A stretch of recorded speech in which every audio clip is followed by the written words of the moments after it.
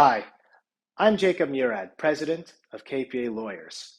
In this third and final video of the Methods of Business series, we're going to talk about corporations. In the first video, we talked about sole proprietorships. In the second video, we talked about partnerships and the different types of partnerships and why you would use it.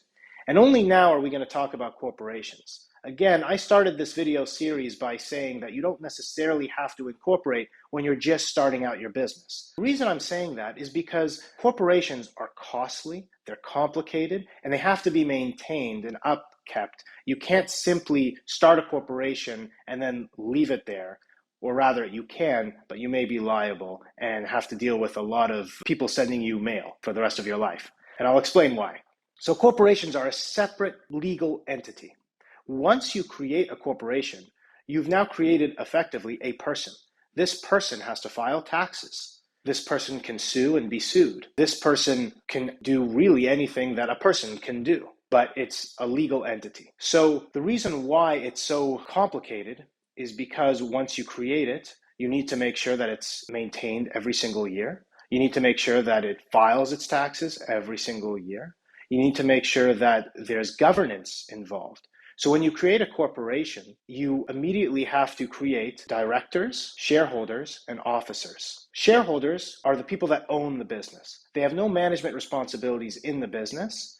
They simply own the business, and they are ideally the ones that take the profits out of the business. They can also decide who the accountants and the auditors should be of the business, and they elect the directors of the business. Directors of the business, they oversee the business and they decide on fundamental changes to the business. Should we wind up the business? Should we sell the business? Should we change the president and officers of the business?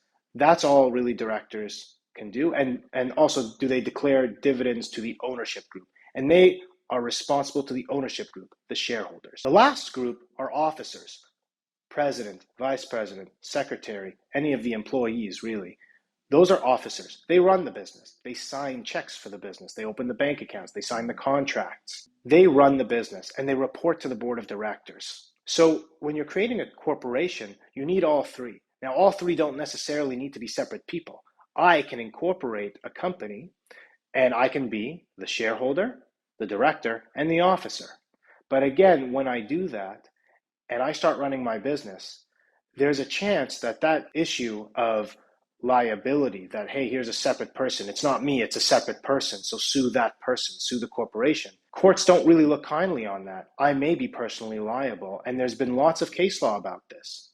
And this is what I talked about in the sole proprietorship video. A lot of people just incorporate believing that they are now free from liability the moment that they incorporate, but that's not exactly true. Also, there are certain professions like lawyers, where if I incorporate a law firm, the lawyer does not get corporate protections. I would be personally liable. So it's very important that you understand before you create a corporation, why are you making it? Do you have shareholders, people that want to, let's say, invest money and get shares in the business and get a share of the profits? Do you have governance, people that are going to run the business and people that are going to oversee the business as directors? These are things you have to think about. Are there tax advantages? Because remember, if you're filing taxes at the corporate level and then you distribute profits to yourself and you yourself have to file taxes again, you could be double taxed. So if you don't properly take advantage of the taxes, then making a corporation might actually cost you way more than you need to.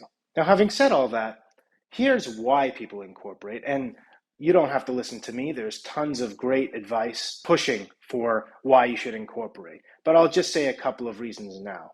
One thing is the everlasting lifespan of a corporation. Corporations last forever. There are corporations that are hundreds of years old. Disney, I believe, is celebrating its 100th anniversary. So the reason why that's important is because if you want to leave your business to your kids, incorporating might be helpful in that respect. If you had a sole proprietorship and you passed away before you can leave it to your children, then you might have a problem.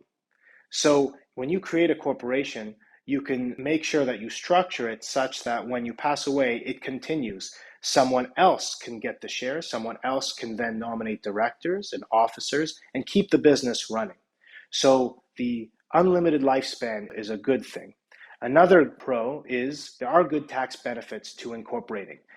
In some cases, there's actually a smaller tax rate than if you were a person. And if you balance the tax filings correctly and you use an accountant to help you, then you can save on taxes on the income coming in and on the income that you're then investing outside of your company. But another very big one is when you want to sell your business. If you've reached a point and you want to retire and you've built real equity value in your business, you can sell your business.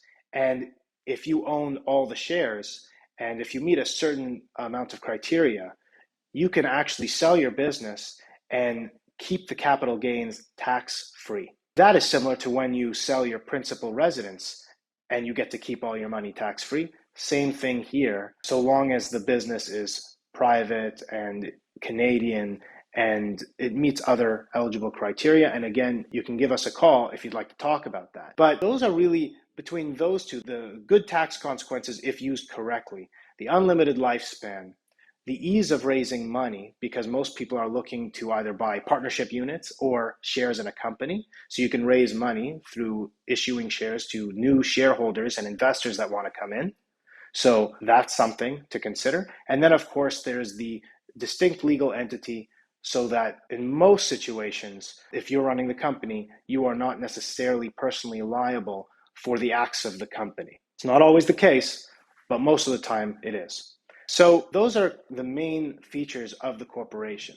So when you're starting your business, really consider that there's different types of business formations: the sole proprietorship, the partnership, and all the different types of partnerships: general, limited, and limited liability partnerships. And then there's corporations. One other thing about corporations is corporations can either be provincial or federal. And why you would incorporate federally is if you were going to be doing business in many provinces and not just one. The problem is there are certain extra requirements you get when you want to incorporate federally. So again, if you're just starting your business, unless it's some sort of import-export type of business, or something that really required a federal type of incorporation, you can look at your own provincial records and you can incorporate provincially. When you incorporate, you are automatically assigned a number and you are a numbered company. If you want a name, once again, you have to go and search to make sure the name is not taken, and you can register the name of your corporation. You don't have to register for a business license. Once you've registered your name, that's your name. There's many other components to a corporation, and we can talk about that on maybe another video, or if you give us a call. But the whole point of this video series is so that you understand that when you're starting a business, don't just think, oh, I have to incorporate. Really consider that there's other options out there. And I haven't even touched franchises, license agreements, charities. But the three major ones are sole proprietorship, partnership, and corporations. Thanks for watching. And if you like these videos, please don't forget to click subscribe. Bye for now.